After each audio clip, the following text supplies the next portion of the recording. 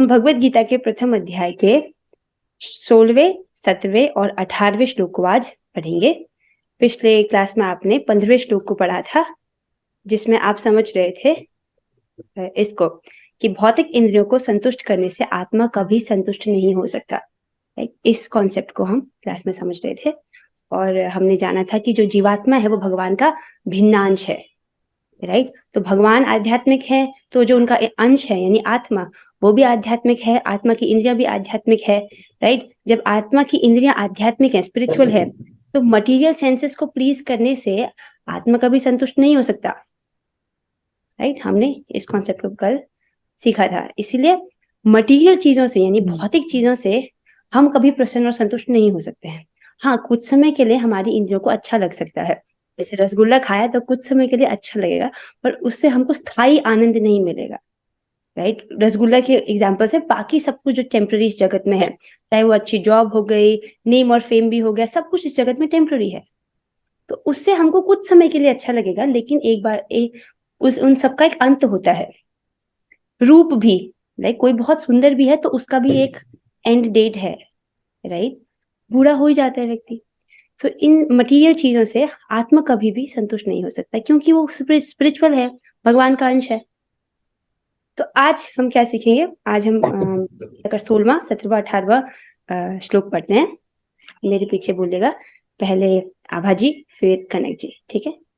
अनंत विजयम राजा, अनंत विजयम राजा, कुंतीपुत्रो युधिष्ठिरः, कुंतीपुत्रो युधिष्ठिरः, नकुलः सहदेवश्च, नकुलः सहदेवश्च, सुघोषमणिपुष्पकौ।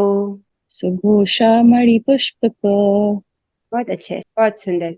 तो अनंत विजय ये एक शंख का नाम है, जिसको राजा कुंती पुत्र युधिष्ठिर ने बजाया। कुंती पुत्र युधिष्ठिर महाराज है, उन्होंने अनंत विजय नाम के शंख को बजाया। नकुल सहदेवश्च, नकुल और सहदेव ने सुघोष मणिपुष्पक, सुघोष और मणिपुष्पक नाम के शंखों को बजाया, राइट। हम अभी क्या पढ़ रहे हैं? पांडवों की तरफ से होने वाली प्रतिक्रिया को पढ़ रहे हैं। पिछले श्लोकों में हमने कौरवों की प्रतिक्रिया को पढ़ा था कि उन्होंने अपने अपने शंख बजाए, पांडवों की तरफ से कृष्ण और अर्जुन ने बजाए। अब बाकी जो योद्धा है वो भी अपने अपने शंखों को बजा रहे हैं, जिसके विषय में यहाँ पर बताया जा रहा है। अगला श्लोक है, काश्यश्च परमेश्वासः, काश्यश्च परमेश्वासा, शिखण्डी च महारथः, शिखण्डी च महारथः, दृष्टद्युम्नो विराटश्च, धृष्टद्युम्नो विराटश्च, सात्यकीश्चापराजितः। सात्यकिश्च पराजितः। वेरी गुड, आप लोग पहली बार में कैच कर लेते, दिस इज गुड, बहुत सुंदर। सो काश्यश्च परमेश्वास, अर्थात काशीराज जो कि बहुत महान धनुर्धर हैं, बहुत बड़े धनुर्धर हैं, और शिखंडी च महारथा, तो महारथी शिखंडी भी हैं पांडवों की सेना में। दृष्टद्युम्नो विराटश्च, दृष्टद्युम्न भी है और विराट नरेश भी है, और सात्यकीश्चापराजिती, सात्यकीश्चापराजिता, और सात्यकी भी है जो क्या है? अपराजिता, अर्थात कभी ना हारने वाले, सदा विजयी, जो हमेशा जीतते हैं। अपराजिता मतलब जो कभी पराजित नहीं होता, जो कभी नहीं हारता, हमेशा विजयी। सात्यकी जी कौन है? अरे हम डिस्कस कर चुके हैं, कृष्ण के बॉडीगार्ड। ओ गॉड, कोई सोचो, कोई भगवान का बॉडीगार्ड है तो कितना पावरफुल होगा। वाओ, तो कभी नहीं हारे ये। इनको अर्जुन जी इनको शिक्षा धनुर्विद्या सिखाते हैं, और क्या कमाल के धनुर्धर हैं ये। ठीक है, तो ये जो लोग हैं ये भी पांडवों की सेना में है, इन्होंने अपने अपने शंखों को बजाया। आगे 18वां श्लोक देखेंगे। द्रुपदो द्रौपदेयाश्च, द्रौपदेयाश्च, सर्वशः पृथिवीपते, सर्वशः पृथ्वीपते, सौभद्रश्च महाबाहु, सौभद्रश्च महाबाहु, शङ्खान् दध्मुः पृथक् पृथक्। शङ्खान् दध्मुः पृथक् पृथक्। Very good. नेक्स्ट, द्रुपदो द्रौपदेयाश्च, द्रुपदो द्रौपदेयाश्च, सर्वशः पृथिवीपते, सर्वशा पृथिवीपते सौभद्रश्च महाबाहु सौभद्रश्च महाबाहु शङ्खान् दध्मु पृथक् पृथक्। शंखादध्मु पृथक पृथक। Very good. ठीक है, तो द्रुपद, द्रुपद कौन है? पांचाल देश के राजा द्रौपदी के पिताजी, तो वो भी हैं। जी। और द्रौपदेयाश्च, द्रौपदी जी के 5 पुत्र, ठीक है, उन्होंने भी अपने शंख बजाए। सर्वश पृथ्वीपते, सभी। और पृथ्वीपते किसको बोल रहे हैं? तो ये जितने भी श्लोक हम आज पढ़ रहे हैं, इनको कौन बोल रहे हैं? इनको संजय बोल रहे हैं। किसको? धृतराष्ट्र को। तो संजय युद्ध क्षेत्र में क्या हो रहा है, कुरुक्षेत्र के युद्ध स्थल में क्या हो रहा है, उसका वर्णन बता रहे हैं धृतराष्ट्र को। और वो यहाँ पर सरकास्टिकली उनको कमेंट करते हैं, पृथ्वीपते, राइट। पृथ्वीपते अर्थात हे राजा, पृथ्वी के राजा, ठीक है। ये इसमें व्यंग है, ये सरकाज़म है। क्यों? क्योंकि आप पृथ्वी के राजा हो, ठीक है। आपके अध्यक्षता में सारी की सारी प्रजा तो मर रही है, क्योंकि कुरुक्षेत्र के युद्ध स्थल में सभी लोग उपस्थित है। भीष्म पितामह से लेकर के अभिमन्यु तक सारी जनरेशंस के लोग हैं वहां पर। हमारा पूरा कुरुवंश है वहां पर, राइट। आपका पूरा कुरुवंश है, और ये सब लोग लड़ने मरने के लिए तैयार हैं। तो बताना चाह रहे हैं कि आप पृथ्वीपते हो, राइट। ये आपकी प्रजा है जो इस प्रकार लड़ मर रही है, और आप कुछ नहीं कर रहे हो, और आप बस देख रहे हो। तो दिस इज द सरकाज़म, ठीक है। तो आगे बढ़ते हैं। सौभद्रश्च महाबाहु, सुभद्रा जी के महाबाहु पुत्र कौन? अभिमन्यु, वो भी युद्ध स्थल में प्रेजेंट है। शंखान दध्मु पृथक पृथक, तो सबने पृथक पृथक मतलब अलग अलग अपने अपने जो शंख है उनको बजाया, ठीक है। तो टीका में बताया जाएगा कि युद्ध स्थल पर भीष्म पितामह से लेकर के, जो कि बहुत पिछली की पिछली जनरेशन से हैं, ऐसे पांडव हैं, उनके पिताजी कौन है? पांडु, राइट। और पांडु के बड़े भाई है धृतराष्ट्र। धृतराष्ट्र कौन हुए? पांडवों के लिए ताऊजी। जनरेशन काउंट करा रही हूँ। पांडवों से ऊपर वाली जनरेशन हुई धृतराष्ट्र और पांडु वाली, धृतराष्ट्र पांडु विदुर। उससे ऊपर की जनरेशन हुई विचित्रवीर्य और चित्रांगद, राइट। मतलब इनसे इनके जो पापा हुए, विचित्रवीर्य के पापा कौन हुए? राजा शांतनु, राइट। और मम्मी है सत्यवती, राइट। तो राजा शांतनु के दूसरे पुत्र हैं भीष्म पितामह। तो भीष्म पितामह देखिए कितने पीछे जनरेशन में जा रहे हैं, राइट। तो भीष्म पितामह भी उस युद्ध में है, और अभिमन्यु भी है, जो कि पांडु हैं, पांडव उनके पुत्र हैं। पांडव में अर्जुन के पुत्र हैं अभिमन्यु, राइट। तो वो भी प्रेजेंट है। तो जनरेशन का गैप देख रहे हो आप। तो ये सभी लोग कुरुक्षेत्र के युद्ध स्थल में प्रेजेंट हैं, और ये बताना चाह रहे संजय कि ये सभी लोग अभी लड़ने मरने को आए हैं। तो भावार्थ पढ़ते हैं। हे राजन, कुंती पुत्र राजा युधिष्ठिर ने अपना अनंत विजय नामक शंख बजाया, तथा नकुल और सहदेव ने सुघोष एवं मणिपुष्पक शंख बजाए। तो पिछले श्लोकों में भीम और अर्जुन के बारे में बता दिया था, तो यहाँ पर बाकी पांडवों के विषय में बताया जा रहा है। युधिष्ठिर, नकुल और सहदेव, उन्होंने भी अपने अपने शंख बजाए, और उनके शंखों के नाम दिए जा रहे हैं। कौरवों के शंखों के नाम नहीं बताए गए थे, राइट।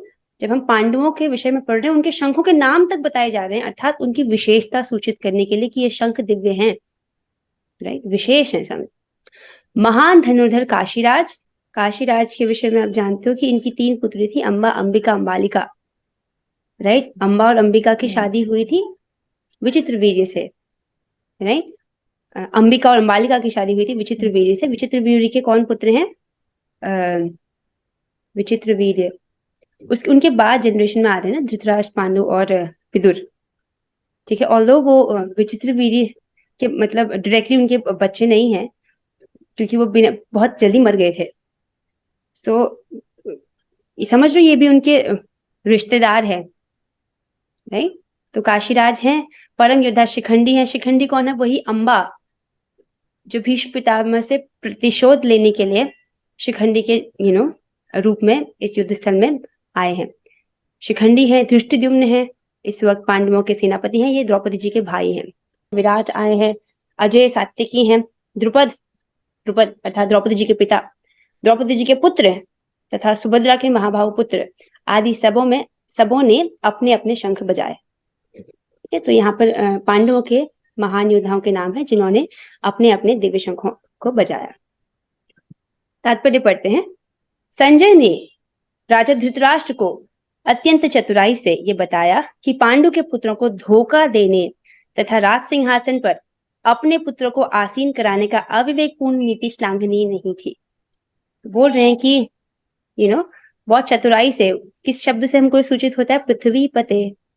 ये जो शब्द है संजय इस्तेमाल करते हैं धृतराष्ट्र के लिए, तो शब्द से हमको सूचित हो रहा है कि वो क्या कह रहे हैं कि ये जो आपका इंटेंशन है, राइट, आप पांडु के पुत्रों को धोखा देना चाहते हो और राज सिंहासन पर अपने पुत्रों को, जो कि नितांत अधर्मी हैं, उनको बिठाना चाहते हो। इस प्रकार की अविवेकपूर्ण नीति को आप अपना रहे हो। ये हम बिल्कुल भी अप्रिशिएटेबल नहीं है, हम इसको बिल्कुल भी अप्रिशिएट नहीं किया जा सकता।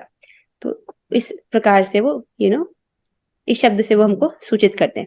यहाँ पर जो शब्द है आगे, लक्षणों से पहले से ही यह सूचित हो रहा था कि इस महायुद्ध में सारा कुरुवंश मारा जाएगा। राइट, जिस प्रकार के लक्षण दिख रहे हैं, पूरा कुरुवंश युद्ध भूमि पर उपस्थित है, तो इससे पता चल रहा है कि सारा कुरुवंश वो सब मारा जाएगा।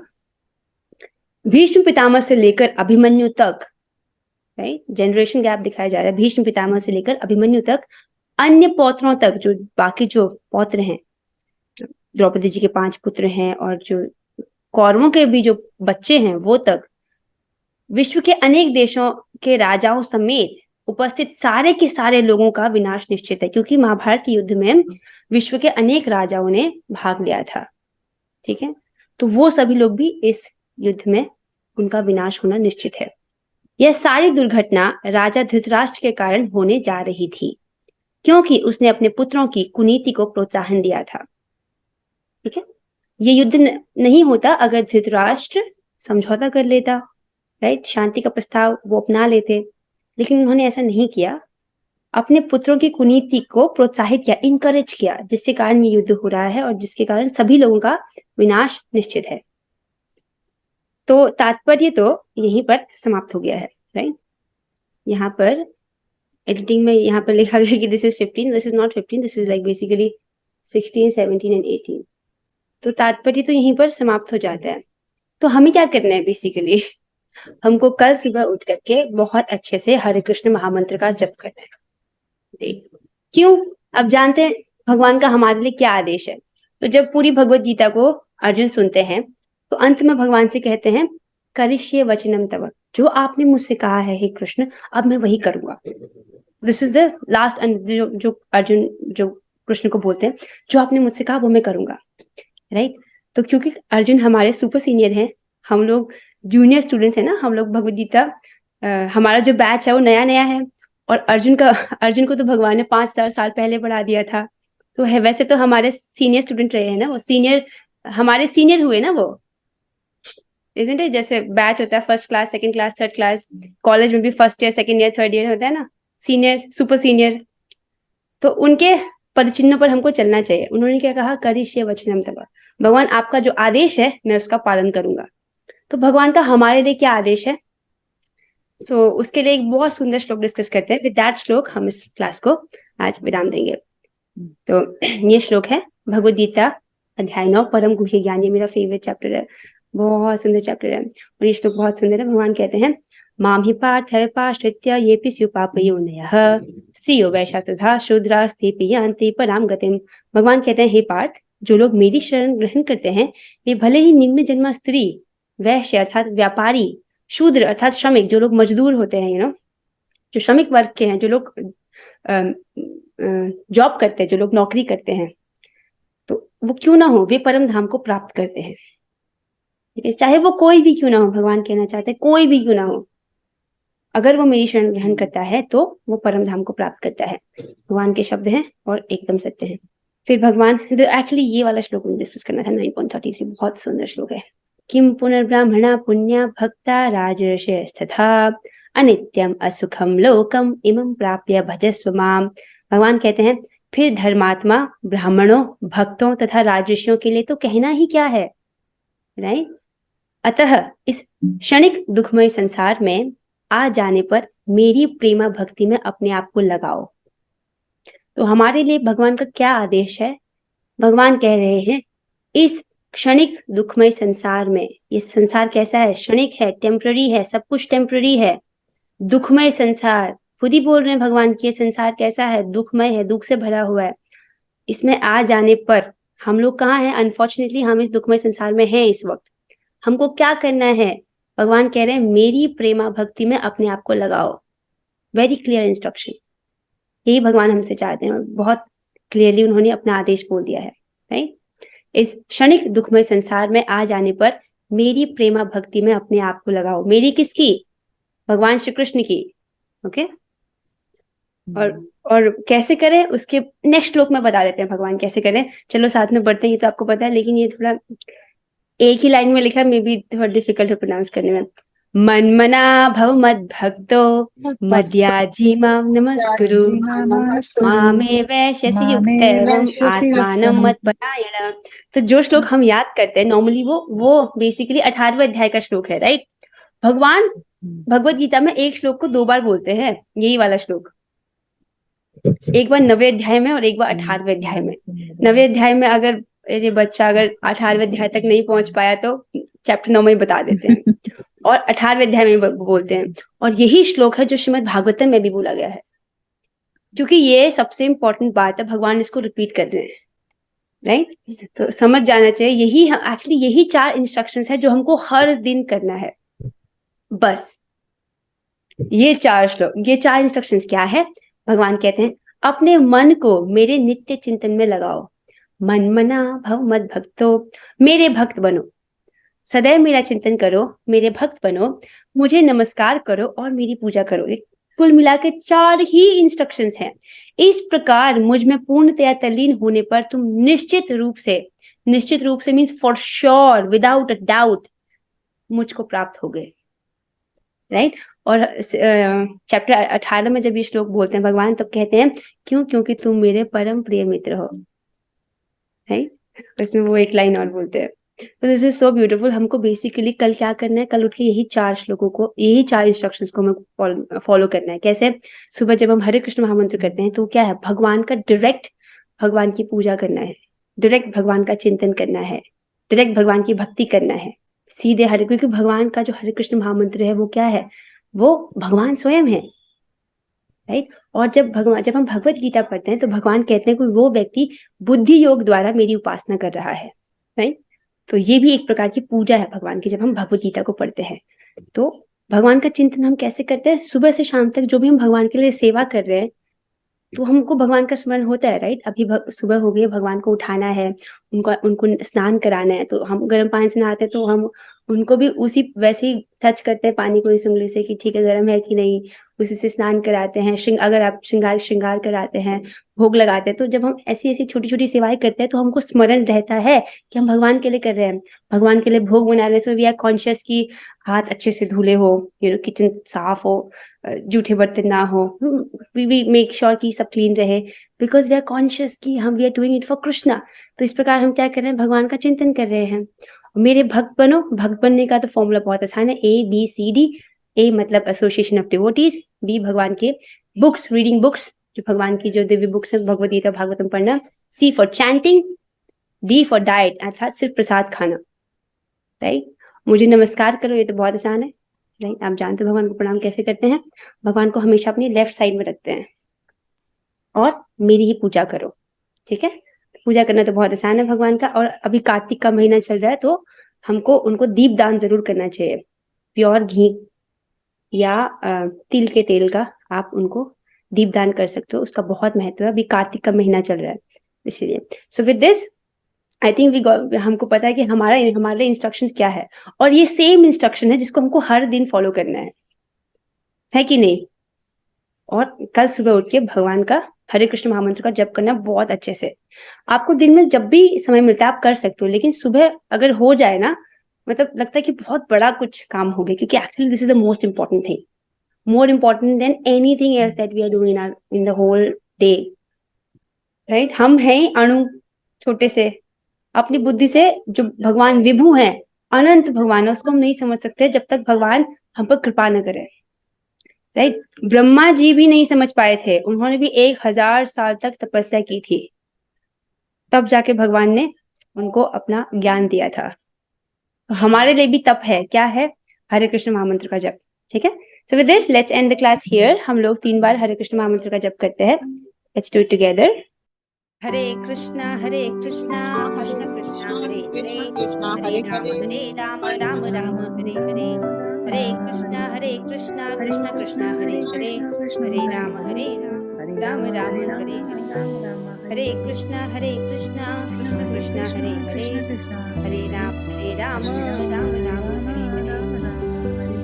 श्रीमद् भगवद गीता की जय, श्री प्रभुपाद की जय। All glories to Shri Guru Ganga. Hare Krishna.